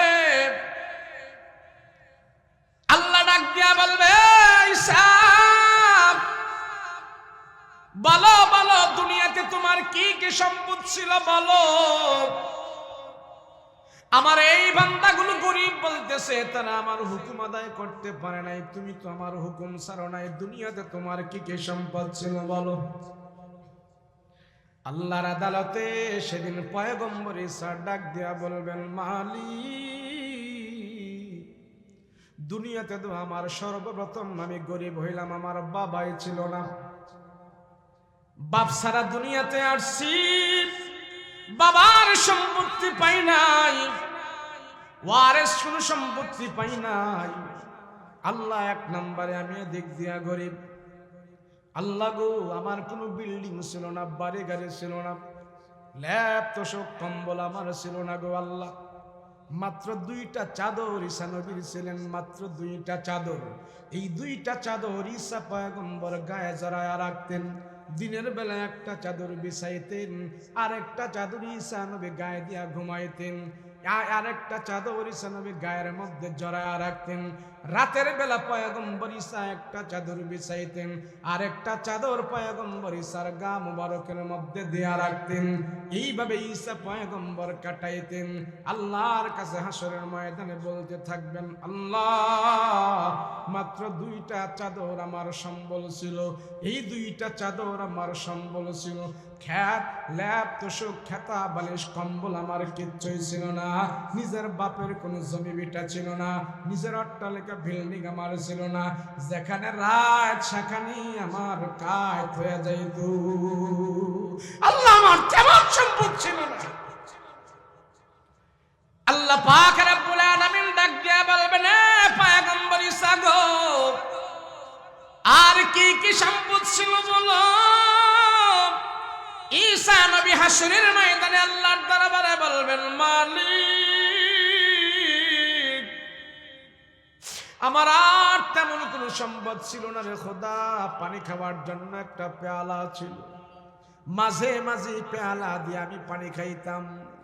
আমি একদিন রাস্তা দিয়ে হাঁটতেছি, হাঁটতে হাঁটতে যখন অনেক দূর গেলাম, আমি লক্ষ্য করি পুকুরের দিকে তাকায়া দেখলাম ওই পুকুরের মধ্যে একটা লোক হাতে কৌশ করে করে পানি খায়। আমি দেখে দেখে সিদ্ধান্ত নিলাম, হায় রে, পুকুরের ভিতর থেকে যেই মানুষটা হাতে কৌশ করে করে পানি খায়, কত সুন্দর তার পানি খাওয়ার দৃশ্য। আল্লাহ গো, আমি সেই মানুষটার হাতে কৌশ করে করে পানি খাওয়াটা দেখা মনে মনে সিদ্ধান্ত নিলাম, আর কোনোদিন পেয়ালা দিয়া পানি খাবো না। আমার কাছে যে পেয়ালাটা ছিল, সেই পেয়ালাটা একটা গরিব মানুষকে আমি দান করে দিলাম। বাকি জনম আমি হাতের কৌশ করে করে পানি খায়া আমার জিন্দিগি আমি কাটাই দিয়েছি। আল্লাহ, আমি আরেকটু সামনে গেলাম, সামনে যাই আমি দেখি একটা লোক গাছের নিচে হাতের বালিশ বানাই এইভাবে ঘুমাইতেছি। আমি দেখে দেখে সিদ্ধান্ত নিলাম, হায় রে, হাতের বালিশ বানায় এত ঘুমানো যায়? লোকটা কত সুন্দর করে গাছ তোলার নিচে হাতের বালিশ বানায় ঘুমাইতেছে। আল্লাহ গো, আমি দেখে দেখে সিদ্ধান্ত নিয়েছি, ওই দিন থেকে আমি আর বালিশ দিয়া ঘুমাই নাই। আমার থলিয়ার ভিতরে ছোট্ট একটা বালিশ ছিল, মাঝে মাঝে আমার মাথার নিচে দিতাম। আমার থলের ভিতর থেকে বালিশটাকে আমি বের করে একটা অসুস্থ মানুষকে দান করে দিয়েছি। বাকি জানাম আমি হাতের বালিশ বানায়া বানায়া ঘুমায়া আমার জিন্দিগি আমি কাটাই দিয়েছি। আল্লাহ, আর বালিশ দিয়া ঘুমাই নাই। এবার সব বেনামাজি হাসরবাসীদেরকে ডাক দিয়া বলবে, বেনামাজিরা, গরিব বেনামাজিরা বলো, তোমরা গরিব বড় নাকি আমার ঈসা গরিব বড়? এবার সব বেনামাজিরা ডাক দিয়া বলবেন, না আল্লাহ, আমরা গরিব বড় না, তোমার পয়গম্বর ঈসাই তো সবচেয়ে গরিব বড়। আল্লাহ সেদিন ডাক দিয়া বলবে, ও জাহান্নামের ফেরেশতারা, এই সমস্ত বেনামাজি বান্দাদেরকে নিয়া জাহান্নামের ভিতরে বড় ভারী গুলো নিয়া। মুসলমান ভাইরা রে আমার, নামাজ যদি হালকা আমল হতো, আল্লাহকে সাজদা করা যদি একটা হালকা আমল হতো, ছোট আমল হতো, আমার নবীজি নামাজ পড়তো না। আমার নবীজি ইন্তেকালের আগ পর্যন্ত নবীজি জামাতের সাথে নামাজ পড়তো না। কথা বলেন ঠিক কিনা? নামাজ নাই যার জান্নাত নাই তার, নামাজ নাই যার দুঃখ আছে তার, নামাজ নাই যার দুনিয়াতে অশান্তি আছে তার। সেই জন্য রাসূল বলেন, জুইলাত কুররাতু আইনি ফিস সালাত। সাহাবীরা রে, নামাজ পড়াটাকে আমার চক্ষুকে শীতল করে দেয়। নামাজের সাজদার মাধ্যমে আমার নবীজির চক্ষু শীতল হয়, নামাজের সাজদার মাধ্যমে আমার চক্ষু শীতল হয়, নামাজের আমলের মাধ্যমে আমার রাসূলের অন্তর ঠান্ডা হয়ে যায়। রাসূল বলেছেন নামাজ নামাজ। আর সেই লুকমান হাকিম একজন গরিব মানুষ হয়ে সন্তান শয়তানকে যখন নামাজের কথা বলেছে, আল্লাহ কয় লোকমান তোমার এই আমলটা আমার কাছে এত ভালো লাগছে, আমি আখির জামানার নবীর উপরে আমি আল্লাহ 30 পারা কোরআন নাযিল করব, আর সেই কোরআনের ভিতরে আমি আল্লাহ তোমার নামে একটা সূরা বানায়া ওই সূরার ভিতরে নামাজের কথা আমি আল্লাহ লিখে দেব। মানুষ লোকমান হাকিম, নাম নাই, শিক্ষা নাই, দীক্ষা নাই, দেখায় ভালো না, জবান ভালো না, কিন্তু কিছু আমল করেছে, আমলের কারণে সে আল্লাহর দরবারে অনেক দামি হয়ে গেছে। আজ মুসলমানের ঘরগুলো আমলি ঘর নয়, মুসলমানের বাসা বাড়িতে সব বেঈমানি চলেছে, জাহান্নামী পরিবেশ, সিনেমা পরিবেশ, আমলের পরিবেশ নাই। কথা বলেন ঠিক কিনা? আমাদের ঘরগুলোতে গান চলে, বাদ্য চলে, যন্ত্র চলে, কিন্তু নামাজ পড়া হয় না। কথা বলেন ঠিক কিনা? ওই আমাদের পাশের এক ইমাম সাহেব ডাইকে এক ছেলে বাসায় নিয়ে গেছে, ওস্তাদজি কিছুদিন আগে আমার বাবা ইন্তেকাল করছে, ওস্তাদজি একটু আহেন দোয়া করবেন। তো হুজুর গেছে তার বাবার জন্য দোয়া করতে। তো হুজুরের নেওয়ার পর এমন একটা চেয়ারের মধ্যে হুজুরকে বসাইলেন, ইমাম সাহেবকে বসাইলেন। ইমাম সাহেবকে চেয়ারের মধ্যে বসিয়ে ছেলেটা বলতেছে, ওস্তাদজি এই চেয়ারের মধ্যে আমার বাবা সব সময় বসে থাকত। ওস্তাদজি আমার বাবা নিজে এই চেয়ারটাকে কিনেছেন। আমার বাবা এই যে সামনে টেলিভিশনটা দেখতেছেন, এই টেলিভিশনটা আমার বাবা কিনেছে। হুজুর আমার বাবা ইন্তেকালের আগে এই টেলিভিশনটা এখানে লাগিয়েছে, চেয়ারের মধ্যে বসেছে, বসে বসে আমার বাবা অনেক রাত্রে টকশো দেখতো, নাটক দেখতো, সিনেমা দেখতো। আমার বাবা এইভাবে সময় কাটিয়েছে। ওস্তাদজি আজ বাবা নাই, এই টেলিভিশনটা দেখলে আর চেয়ারটা দেখলে বাবার কথা মনে হয়ে যায়। বাবাই কত কিছু দেখেছে, আর বাবার কথা স্মরণ করে করে এখন আমি এগুলিতে দেখলে বসলে বাবার জন্য দুঃখে কলিজা ফেটে যায়। যেই সন্তান বাবার মৃত্যুর পরে বাবার গুনাহের সঞ্জাম আদি দেখে আফসোস করে, সন্তানের সেই আফসোস বাবার কবরে দাও দাও করে আগুন জ্বলতে থাকে। যদি সেই সন্তান কথা বলতো, ওস্তাদজি এই চেয়ারে বসে আমার বাবা আল্লাহর কালাম তেলাওয়াত করত, ওস্তাদজি এই চেয়ারে বসে বসে আমার বাবা তাসবিহ আদায় করত, আমার বাবা মাসাল্লায় বসে বসে নামাজ পড়তো, দাঁড়িয়ে দাঁড়িয়ে নামাজ পড়তো। ওস্তাদজি আমার বাবা এখন দুনিয়াতে নেই, আমার বাবার রেখে যাওয়া আমলগুলো আমি সন্তান হিসাবে এখন যাই নামাজে দাঁড়িয়ে দাঁড়িয়ে বাবার মতো নামাজ পড়ি, এই চেয়ারে বসে বসে বাবার মতন আমি দুরূদ আজকার জিকির আজকার করি। আল্লাহর কসম, সন্তান যদি বাবার এই আমলগুলোর সাক্ষী দিয়ে আমলগুলো করে, তো আল্লাহ পাক এই সন্তানের আমলগুলো বাবার কবরের জন্য নাজাতের উসিলা বানায়া পাঠায় দেন। আছে আমাদের সন্তানগুলোকে আমরা সে আমলের উপরে রাখতে পেরেছি? পারি না। কারণ আমি বাবা নিজেও আমল করি না, সন্তানদেরকেও করাই না। আল্লাহ বলছেন দেখো দেখো রাখালকে তোমরা ফলো করো, রাখালকে দেখো সে নিজে আমল করে, সে নিজে আমল করেছে, সন্তানদেরকে আমল করিয়েছে। সন্তানের আমলের কারণে, তার নিজের আমলের কারণে ফ্যামিলিটা, ঘরটা একটা আমলওয়ালা ঘর হয়ে গেছে। আমি আল্লাহ চিরদিনের জন্য হাকিম লুকমানকে সারা মানুষের জন্য আমি আল্লাহ মডেল বানিয়ে দিয়েছি, একজন রাখালকে মডেল বানিয়ে দিয়েছে। এক নম্বরে বলেছেন নামাজ, দুই নম্বরে বলেছেন লা তুশরিক বিল্লাহ। একজন রাখাল হয়ে তার সন্তানকে বলে আল্লাহর সাথে শিরিক করবি না, শরীক করবি না। আমরা তো অনেক মানুষ আছি বলি হুজুর মাজারে গেলে শিরিক হয়, মাজারে সাজদা করলে শিরিক হয়, আপনারা মাজারে যাইতে নিষেধ করেন কেন? হুজুর মাজারে গেলে দোয়া করলে তো আমরা অনেক কিছু পাই, মাজারে গেলে দোয়া করলে, নিয়ত করলে, মান্নত করলে তো আমরা অনেক কিছু পাই। এত শিরিক টিরিক বুঝি না, আমাদেরকে মাজারে যাইতে আপনারা নিষেধ করেন কেন? আমরা সেখানে সাজদা করি, মান্নত করি, বাবার কাছে আমরা সব কিছু বলি, আমরা তো অনেক কিছু পাই। বাইরে সব জিনিস পাইলেই লওয়া যায় না, খাইলে খাওয়া যায় না, দেখলে দেখা যায় না, করলে করা যায় না। আমরা যদি ব্যবসা না করে চুরি করি, চুরি করার ভিতরে বহুত পয়সা আছে। কথা কোন ঠিক কিনা? চাকরি করার যেমন টাকা, ঘুষ খাওয়ার ভিতরে আরো বেশি টাকা।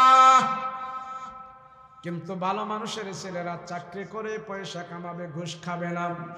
ভালো মানুষের ছেলেরা ব্যবসা করে টাকা কামাবে, সে সুদ খাবে না, চুরি করবে না। সত্যিকার ইমানদার যারা আছে, মাজারে গিয়া দোয়া করার জন্য পাগল নয়, বাবার কাছে যায় দোয়া লওয়ার জন্য পাগল নয়, মাজারে গিয়া শ্রদ্ধা করার জন্য পাগল নয়। তুমি মাজারে গিয়া দোয়া করলেও পাইবা, দরগায় গিয়া দোয়া করলেও পাইবা, দুর্গায় গিয়া দোয়া করলেও পাইবা, মন্দিরে গিয়া দোয়া করলেও পাইবা, মসজিদে গিয়া দোয়া করলেও পাইবা। আল্লাহ বলে, বান্দা তুমি সব জায়গায় যেতে পারবা না। আমার আল্লাহর আদেশ হলো তুমি মসজিদে যায় নাও, অন্য জায়গায় যায় তুমি নিও না। তুমি হারাম কাজের দ্বারা তুমি আমার কাছে দোয়া করবা না, নেকের কাজের দ্বারা আমার কাছে দোয়া করো। হারাম দিয়া দোয়া করলেও পাইবা, নেক দ্বারা দোয়া করলেও তুমি পাইবা। তবে তুমি মসজিদে যাও, নেক কামাই করো। মন্দিরে যায়, গির্জায় যায় তুমি হারাম কামাই করবা না। মসজিদে যাও। মুসলমান ভাইরা, আমার সময় বেশি নাই। 3 নম্বরে লুকমান হাকিম সেই কথাটা বলেছিল সন্তানকে, সন্তানেরা এই দুনিয়াতে তোমরা যার উসিলায় দুনিয়াতে আসছো, সে হইল তোমাদের মাতা পিতা, তোমাদের বাবা মা। ওই বাবা আমার সাথে তোমরা নাফরমানি করো না, ওই বাবা আমার সাথে তোমরা খারাপ আচরণ করো না। এখন তো ছেলে মেয়ে মানুষের বাবার সাথে খারাপ আচরণ করে না, এখনকার সন্তানেরা বাবার সাথে খারাপ আচরণ করে না, বাবাকে এখন কষ্ট দেয় না, বাবার এখন কোবায়া কোবায়া মাইরাই ফেলে। আছে না? না, এখন বেয়াদবি করে না সন্তানেরা। এখন বাপ মার বাইন্দা, হাত পা বাইন্দা পিটায়া, বাপ থেকে মা থেকে জোর করে টিপসই নেয়, সাইন নিয়া বাবার সম্পত্তি সন্তান দখল করে। এমন আছে না? নাই। ওই ব্যাক করলে বুঝে না, কদিন পরে তো আমার পোলায় আমার বাইন্দা এইভাবে পিটাইয়া সন্তান আমার কাছ থেকে সম্পত্তি নিয়ে যাবে। কথা বলেন ঠিক কিনা? কেন জানেন এটা কেন হইল? সন্তান আমার জন্য আযাব হয়ে গেছে, সন্তান আমার জন্য গজব হয়ে গেছে। এই সমাজে অনেক বাবা মা আছে, সন্তানের জন্য সমাজে মুখ দেখাইতে পারে না, সন্তানের জন্য সমাজের ভিতরে বাবা মা উঁচু গলায় কথা বলতে পারে না, সন্তানের জন্য বাবা মা জেলখানায় পড়ে পড়ে কাঁদতেছে। এমন আছে না? না, নাই। আমি বলবো ভাই দোস্ত, সন্তানের জন্যই তোমার সব খারাপ নয়, তোমার নিজের জন্য তুমি কিছু খারাপ ডেকে এনেছো। কথা বলো ঠিক কিনা? অনেক বাবা মা তার সন্তানকে সুপথে পরিচালনা করতে পারে না। অযোগ্য পিতা, মূর্খ পিতা, অথর্ব পিতা, তোর সন্তানকে তুই সুপথে পরিচালনা করতে পারস নাই, তুই পিতা হওয়ার যোগ্যতা তোর হয় নাই। কথা বলেন ঠিক কিনা? বলতে পারেন হুজুর কেমনে? কিছু কিছু বাবা মা আছে, তার সন্তান হেঁটে হেঁটে এখন বাজারে যেতে পারে, দোয়া করে, দোয়া চায় হুজুর থেকে, হুজুর আমার পোলা এখন হেঁটে হেঁটে বাজারে যেতে পারে, বাজার করতে পারে, 500 টাকার নোট দিলে বাজার করে বাকি টাকা ফেরত আনতে পারে, আমার ছেলের জন্য হুজুর দোয়া করে। বাবাই খুশি না? অনেক খুশি। বাবাই খুশির ঠেলায় পোলারে কয় কি, আবুল্লা রে, বাজার যখন করবি, বাজারে তো যাবি, তো আমার কাছ থেকে বাড়তি 50টা টাকা নিয়ে যা। 50টা টাকা নিয়ে আমার জন্য 5টা সিগারেট লবি। কয়টা? কথা কয় না, কয়টা? পোলাই শিখাইতেছে, বাবাই শিখাইতেছে পোলারে 5টা সিগারেট আনছে দোকান থেকে। তো পোলাই তো বাবার থেকে 50 টাকা নিয়ে 5টা সিগারেট আনছে।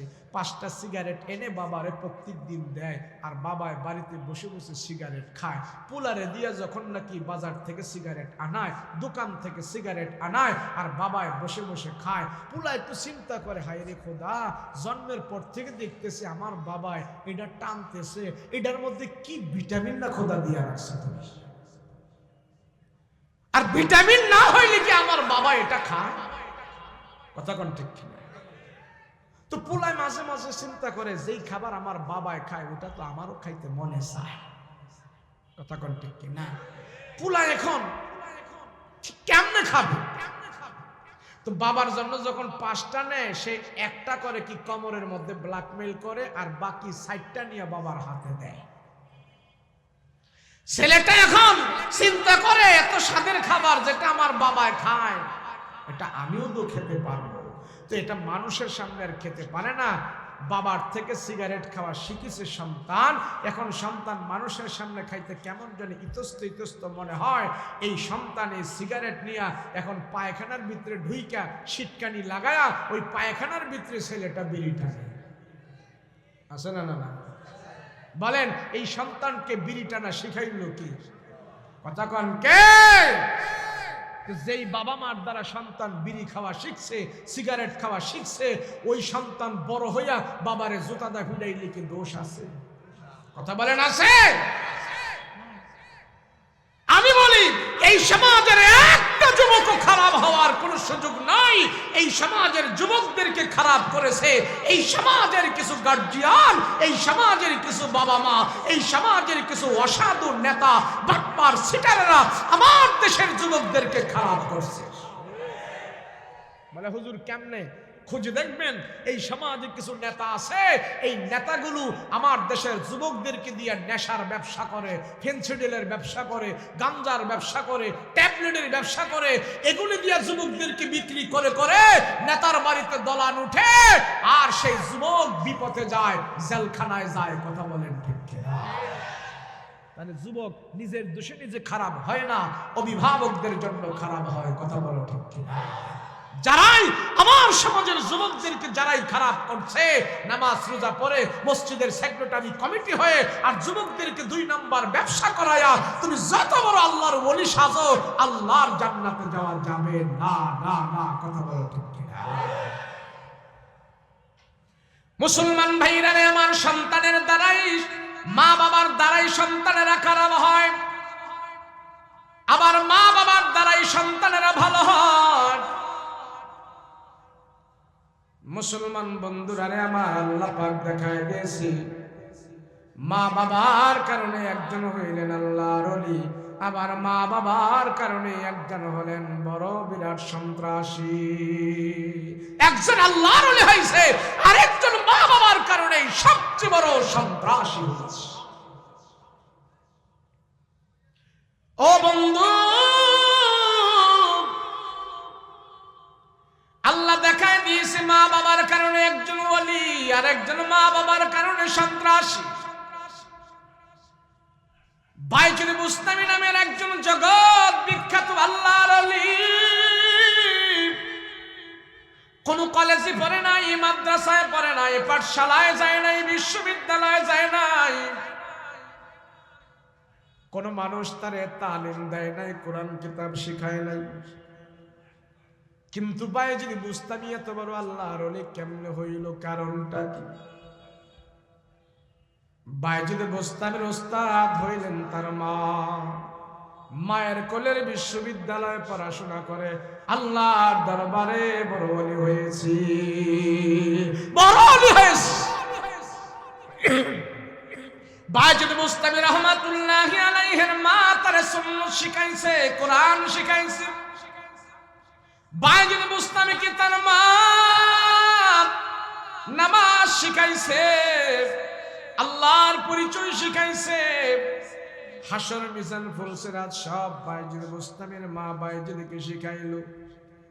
এখন আমার আপনার মারা সন্তানকে হাসর মিজান ফুলসিরাতের জ্ঞান দেয় না, আল্লাহর পরিচয় শিখায় না। সেই জন্য সন্তানগুলো দিন দিন মা বাবার জন্য বোঝা হয়ে যাচ্ছে, মা বাবার জন্য আযাব হয়ে যাচ্ছে। বাইজুল বুস্তামি রাহমাতুল্লাহি আলাইহির মা বাইজুল বুস্তামিকে নিয়ে চিন্তা করেছে, আমার ছেলেটা আল্লাহওয়ালা হবে, আমার ছেলেটা কোরআনওয়ালা হবে। সেই জন্য বাইজুল বুস্তামিকে তার মা নামাজের তালিম দিয়েছে, কোরআনের তালিম দিয়েছে, আল্লাহর পরিচয় শিখাইছে, আদব কায়দা শিখাইছে, সুন্নত শিখাইছে, মা বাবার সাথে কেমনে ব্যবহার করতে হবে সব শিখাইছে। সব শিখানোর পর এবার বায়েজিদ বুস্তামি রহমাতুল্লাহি আলাইহি মা বাবার সাথে ভালো ব্যবহার করেছি, ভালো ব্যবহার করার কারণে মার দিল থেকে তার জন্য দোয়া এসেছে, দোয়া আসার কারণে সেই দোয়া আল্লাহ পাক কবুল করেছি, কবুল করে আল্লাহ পাক তার জগৎ বিখ্যাত ওলি বানায়া দিছি। তারই জামানায় আর একটা লোক ছিল, নাম ছিল তার হারুন।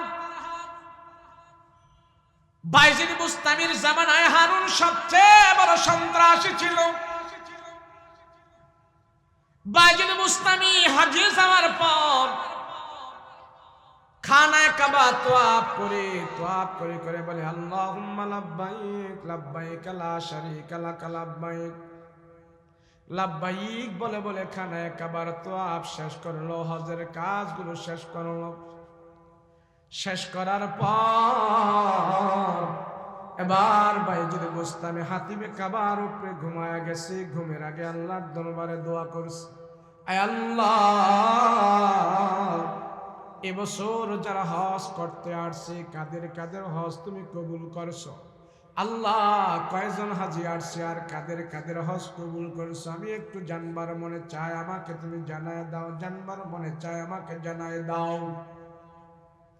এই দোয়া করতে করতে বায়েজিদ বুস্তামি হাতিমে কাবার উপরে ঘুমায়া গেছে। আল্লাহ, জানবার মনে চায় কয়জন হাজির হজ কবুল করল আমার জানায় দাও। বায়েজিদ বুস্তামি ঘুমের ঘরে আল্লাহ পাক তারে স্বপ্নে দেখাইতেছেন, বায়েজিদ রে, আমি আল্লাহ সবার হজ কবুল করেছি, যত হাজিরা আসছে সবার হজ আমি আল্লাহ কবুল করেছি, তবে একজন হাজির হজ আমি আল্লাহ কবুল করি নাই। তারে তুমি খানায় কাবায় পাবে না, হাতিমে কাবার উপরে পাবে না। তারে যায় সাফা মারওয়া পাহাড়ে তোমরা খোঁজাখুঁজি করতেছ, খোঁজাখুঁজি করো তুমি সেখানে যায়, ওইখানে দেখবা সাফা মারওয়া পাহাড়ে একজন হাজি সেখানে কান্নাকাটি করে, আমি আল্লাহ তার হজ কবুল করি না। এ যায় তুমি দেখো সে হাজিরারে পাইবা, যার হজ আমি কবুল করি নাই ওই তার সাথে তুমি দেখা করো। বায়েজিদ বুস্তামি রহমাতুল্লাহি আলাইহি ঘুম থেকে স্বপ্ন দেখার পর জাগ্রত হইয়া খানা কাবা থেকে একটা দৌড় দিছে, দৌড়া দৌড়া সাফা মারওয়া পাহাড়ের মধ্যে চলে গেছি। সাফা মারওয়া পাহাড়ের মধ্যে যায় খোঁজাখুঁজি করতেছি, কে রে কে রে, তুই কেমন হাজি রে, তোর হজ আল্লাহ কবুল করে নাই, তুই কেমন হাজিরি, কেমন হাজি তুই রে। খুঁজতেছে খুঁজতেছে খুঁজতেছে খুঁজতে খুঁজতে যায় একটা চূড়ার ভিতরে যা পাইল একজন মানুষ সেখানে হাউমাউ করে কান্নাকাটি করতেছি, মাথার চুলগুলো ছেড়ে ফেলতেছি, বুকে হাত মারতেছি আর আল্লাহর দরবারে এক হাত উঠায় দোয়া করতেছেন আর বলতেছেন, মালিক তুমি যদি আমারে ক্ষমা না করো কে আমারে ক্ষমা করবে গো আল্লাহ, তুমি আমারে ক্ষমা করে দাও, ক্ষমা করে দাও। এইভাবে আল্লাহর দরবারে চিল্লায় চিল্লায় কান্নাকাটি করতেছে। বায়েজিদ বুস্তামি রাহমাতুল্লাহি আলাইহি ওই কান্নারত ব্যক্তি হাজির পিছনে যা দাঁড়াইয়া তার দোয়াগুলো শুনতেছে আর বলতেছে, না না না না, দোয়া করার ভিতরে তারে ডিস্টার্ব করা যাবে না, তারে এখন ডিস্টার্ব করব না। এবার বায়েজিদ বুস্তামি রহমাতুল্লাহি আলাইহি পিছনে দাঁড়ায় রইলেন আর ব্যক্তিটা দোয়া করতেছেন আল্লাহর দরবারে এক হাত উঠায়া লম্বা দোয়া করতেছি। বায়েজিদ বুস্তামি আবার তার মাথার মধ্যে হাতটা রাখলেন।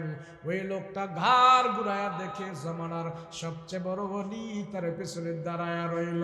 লোকটা ডাক দিয়া কয়, বায়েজিদ গো, তুমি কেন আমার পেছনে দাঁড়ায় আছো, কারণটা কি? সাফা মারওয়া পাহাড় তো নির্জন একটা পাহাড়, সবাই এখন হজের সফরে খানায় কাবায় আসি, সাফা মারওয়া পাহাড়ে তো কোনো হাজিরা আসে না, তুমি কেন এখানে আসলা, কারণটা কি? আমি শুধু একা একা এখানে আসি, তুমি কেন আসলা, কারণটা কি? বায়েজিদ বুস্তামি রাহমাতুল্লাহি আলাইহি বলে, ও ভাই, আরে তুমি বলো কেন এখানে আসলা? মানুষ তো খানা কাবায় কান্নাকাটি করে, আর তুমি এখানে কান্নাকাটি করতেছো, কারণটা কি? বলো বলো, কারণটা কি? এখানে কান্না করো, কারণটা কি? এবার বাইজিদ বুস্তামি যখন এই কথা বলছি, ওই লোকটা ডাক দিয়া কয়, বাইজিদ গো, তুমি আমারে চিনো না, আমার নাম হলো হারুন, তোমার নাম হলো বাইজিদ, তুমি হইলা জগৎ বিখ্যাত একজন আল্লাহর ওলি, আর আমি হইলাম জগৎ বিখ্যাত একজন সন্ত্রাসী। ও বাইজিদ, তোমার মা তোমারে আমলওয়ালা বানাইছে, আখলাকওয়ালা বানাইছে, তোমার মা তোমার আল্লাহর পরিচয় শিখাইছে, কোরআন শিখাইছে, নামাজ রোজা শিখাইছে, মায়ের তালিম পায়া তুমি জগৎ বিখ্যাত আল্লাহর একজন ওলি হয়ে গেছো। আর আমার মা আমার এত খবর নেয় নাই, আমার মা আমার এত দেখাশোনা করে নাই, আমার মা আমাকে কোরআনের তালিম শিখায় নাই, আমার মা আমাকে ওযু গোসল নামাজ রোজা শিখায় নাই। আমি সেই জন্য মার অবহেলার কারণে আমি এলাকার পাড়া মহল্লার 2 নম্বর ছেলেদের সাথে চলাফেরা করিয়া নেশাযুক্ত হইয়া আমি মাঝে মাঝে নেশা খায়া মাতলামি করিয়া আমার মার উপরে আমি আক্রমণ করতাম। এ বাইজিদ, দেখো দেখো আমার একটা পা নাই, দেখো আমার একটা হাত নাই। বাইজিদ বুস্তামি কয়, আমি তো দেখতেছি এক হাত দিয়া তুমি আল্লাহর কাছে দোয়া করতেছো, আমি তো তোমারে প্রশ্ন করতেছি আর একটা হাত তোমার কোথায়? এই হাতটা কি মায়ের পেট থেকে দুনিয়াতে আসে নাই নাকি? না কোনো দুর্ঘটনা অ্যাক্সিডেন্ট হয়েছে রে? বলো কি হয়েছে? হাতগুলা তোমার কি হয়েছে? হাতটা তোমার দেহ থেকে বিচ্ছিন্ন নাই কেন? কারণটা কি? কারণটা কি? লোকটা ডাক দিয়ে বলে, ও বাইজিদ, আরে তুমি দেখতেছো যে হাত নাই, আমি এক হাত দিয়ে আল্লাহর দরবারে দোয়া করি, আর একটা হাত আমার নাই। এ বাইজিদ, এই হাত দিয়ে আমার মার উপরে আমি আক্রমণ করেছিলাম, এই হাত দিয়ে আমার মার উপরে আমি আঘাত করেছিলাম। বাইজিদ, একদিন আমি নেশা খাই আমার মার উপরে আমি অত্যাচার করেছি আমার এই হাত দিয়া। এবার যখন হজে আসবো, হজে আসার আগে আমার দিলটা একটা ধাক্কা খাইমু, আমার দিলটা বেচানো হয়ে গেল। হাই রে, যে মার দ্বারা দুনিয়াতে আমি আলো বাতাস দেখেছি, ওই মার উপরে আমি হাত দিয়ে অত্যাচার করেছি, অন্যায় করেছি, এই হাত নিয়ে আমি খানায় কাবায় যাব না। বাইজিদ গো, অপরাধের হাত নিয়ে আমি আল্লাহর খানায় কাবায় আসি নাই। এই হাত দিয়ে আমার মার উপরে আমি আক্রমণ করেছি, ওই হাতটা আমি নিজে নিজে কোবায়া কোবায়া কাইটা ফালাইছি, আমার দেহ থেকে আমার হাতটা আমি বিচ্ছিন্ন করে আলাদা করে ফালাই দিয়েছি। বাইজিদ দেখো, পা দিয়ে আমার মারে আমি অপমান করেছিলাম, এই পাটা আমি কাইটা কাইটা আলাদা করে ফেলে দিয়েছি। আমি আল্লাহর দরবারে এখন কান্নাকাটি করতেছি, দেখি আমার আল্লাহ ক্ষমা করে কিনা। বাইজিদ বুঝতামি তার মুমূর্ষুর কথা শুনিয়া নিজের হাত নিজে কাইটা ফালাইছে অপরাধ জানিয়া।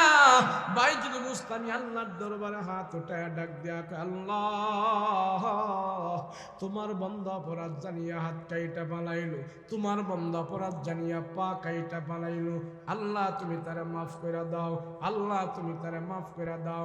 বাইজিদ বুস্তামির কাছে আলহাম চলে আসলো, সাবধান, তুমি তার জন্য দোয়া চাইবা না, ক্ষমা চাইবা না, আমি আল্লাহ তারে ক্ষমা করব। পর্যন্ত তার গর্ভধারিণী মা তারে ক্ষমা না করবে, আমি আল্লাহ তারে ক্ষমা করতে পারি না, না তারে ক্ষমা করব না। মুসলমান বন্ধুরা মানে বুঝে থাকলে বলেন, সন্তানটা, এই সন্তানের হজ কবুল হয় নাই মা বাবার কারণে। এই সন্তান মা বাবার অত্যাচার করেছে মা বাবার কারণে। আর বাইজিদ বুস্তামের হজ কবুল হয়েছে এবং আল্লাহ পাক তার প্রতি খুশি হয়ে গেছে মা বাবার কারণে।